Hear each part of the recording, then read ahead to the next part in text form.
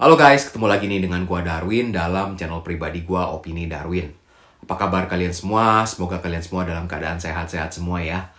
Dan dalam video kali ini gua akan menjawab pertanyaan salah satu subscriber berkaitan dengan PR, tapi bukan PR ke Kanada, yaitu PR ke Australia. Breakdown poinnya gua dulu bagaimana nih? Nah, orang yang bertanya waktu itu kebetulan ketika menonton video gua yang mengenai kenapa gua pilih ke Kanada daripada ke Australia. Dalam video itu kan gue jelaskan bahwa sebenarnya akhirnya gue diterima di dua negara itu ya. Di Kanada PR gue diterima, di Australia PR gue juga bisa diterima.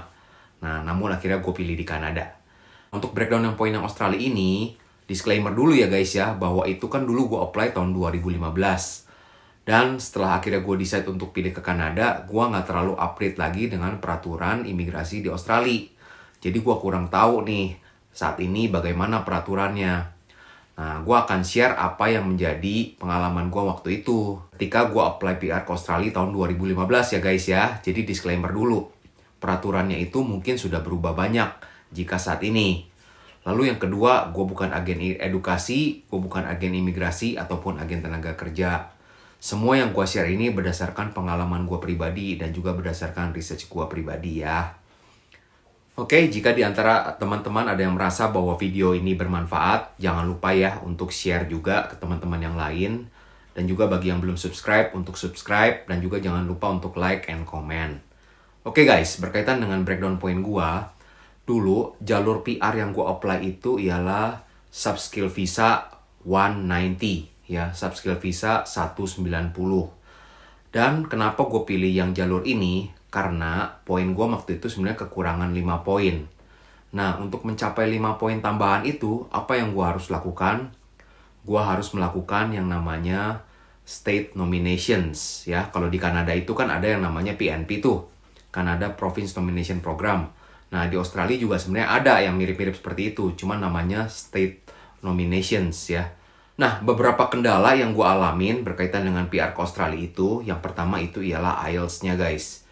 Kendala yang pertama itu IELTS itu ialah bandnya itu harus 7 each band baru bisa dapat poin. Itu yang membuat gue sebenarnya cukup frustasi dengan Australia. Sementara kalau Kanada itu nggak perlu 7 each band dan juga nggak perlu akademik. Kalau di Kanada itu misalkan nilai kita 6,5 reading, lalu writingnya cuma 6, listeningnya 6,5, dan juga speakingnya juga cuma 6,5, tetap ada poinnya guys. Nah, kalau Australia poinnya itu kalau 6, 6, 6, 6, 6 itu udah jelas nggak ada poin sama sekali guys, 0. Nah, itu salah satu kendala yang gue alamin. Lalu yang kedua itu berkaitan dengan sekolah. Nah, untuk Kanada, misalkan gelar kita itu ada S1 dan S2, itu poinnya akan berbeda. Dengan kita mempunyai gelar master, poinnya akan bertambah. Namun untuk Australia, gelar bachelor dan gelar master itu dianggap sama. Dan poinnya itu sama. Jadi tidak ada ekstra poin jika kita mempunyai gelar master sama sekali. Nah, itu membuat gua juga menjadi kekurangan poin. Lalu yang ketiga faktornya itu ialah berkaitan dengan pekerjaan, dengan occupation. Seperti yang gue pernah share kepada kalian, bahwa gue mempunyai pengalaman kerja 10 tahun, tapi pengalaman kerja gue itu nggak semuanya stay di bidang murni accounting guys. Jadi dalam 10 tahun itu kalau dipecah-pecah, gue pernah berapa tahun kerja di accounting, beberapa tahun kerja di internal audit, dan beberapa tahun gue kerja di external audit. Jadinya gue nggak bisa akuin mempunyai pengalaman kerja 10 tahun. Nah, itu yang menjadi faktor kelemahan gue juga. Sehingga poin gue dari pengalaman kerja nggak bisa maksimal. Nah, in the end akhirnya gue harus cari state nominations. Jadi kurang lebih seperti itu gambarannya ya. Oke, sekarang gue akan jabarkan breakdown poin yang gue dapat waktu tahun 2015 itu ya. Untuk visa 190 ya. Nah, pertama itu dari segi umur.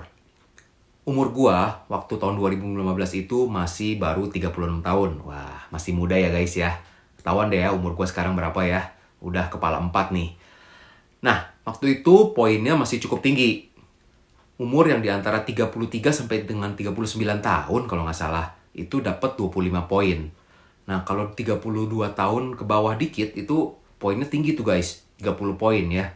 Nah, makanya kalau kalian yang masih muda, lebih baik cepat apply kalau memang ada kesempatan dan juga ada rezeki. Karena poinnya itu masih maksimal. Nah, jadi poin gue itu yang pertama dari segi umur, gue dapat 25 poin. Nah, itu lumayan ngebantu banget.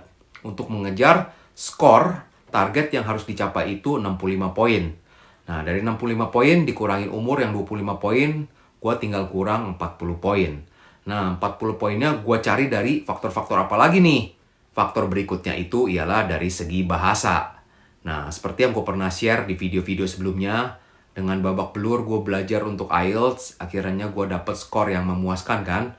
Gue dapet readingnya 8, dapet listeningnya 8, speaking 7, dan writing 7. Sehingga gue bisa mendapatkan 10 poin ya dari nilai IELTS gue. Nah, Australia ini memang rada rese seperti yang tadi gue jelaskan kan. Kalau nilai kita IELTS-nya itu 6, itu poinnya 0. Nah, kalau mau poinnya bisa 20, itu IELTS band-nya itu harus 8 each band. Dan setelah gue rasakan dari ujian IELTS, untuk bisa kejar nilai 8 itu babak belur guys. Berat menurut gue sih ya. Nah, jadi itu kendalanya kalau untuk bahasa Inggris. Kenapa akhirnya Kanada menurut gue sedikit lebih gampang. Makanya pindah ke Kanada aja ya. Lalu, poin berikutnya itu ialah untuk bachelor degree. Nah, ini juga yang menjadi kendala seperti yang tadi gue jelaskan. Bahwa Australia ini antara gelar master dan gelar bachelor itu dianggap sama. Sedangkan gue dulu sebenarnya sudah mempunyai gelar master di Indonesia. Sehingga akhirnya gue cuma dapat 15 poin. Nah, kalau gue mau poinnya lebih tinggi, itu gue harus mempunyai gelar doktoral. Nah, untuk yang education ini, apakah harus sama seperti dengan Kanada tuh, yang harus di-assess pakai WES? Nah, untuk Australia, di zaman gue itu, kalau nggak salah, karena profesi gue itu sebagai accountant, itu education gue itu di-assess sama CPA Australia. Chartered Professional Accountant-nya Australia. Jadi gue harus submit ijazah gue ke sana untuk di-assess. Apakah equivalent dengan bachelor degree Australia waktu itu. Nah, lalu poin berikutnya itu ialah yang gue dapat ialah dari pengalaman kerja. Nah, pengalaman kerja seperti kembali lagi yang gue jelaskan guys. Australia ini cukup spesifik. Jadi kalau kerjaan gue dulu 10 tahun, tapi kerjaan gue accountant, terus external audit dan internal audit, nggak bisa di-combine menjadi 10 tahun pengalaman kerja. Beda dengan di Kanada. Ketika gue submit pengalaman kerja gue di Kanada itu, gue submit tuh semua. Gue pernah kerja jadi internal audit, external audit, dan accountant, dan diakui 10 tahun pengalaman kerja. Nah, untuk yang Australia ini, gue tidak diakui guys. Akhirnya gue cuma bisa submit 5 tahun pengalaman gue kerja sebagai accountant. Nah, untuk pengalaman kerja ini pun juga di-assess oleh CPA Australia. Nah, kita jadi harus membuat reference letter yang mirip seperti di Kanada ya, di mana dicantumkan posisi kerja kita itu apa, kerja kita itu dulu permanen atau tidak, annual salary kita berapa, dan juga job description-nya itu apa aja.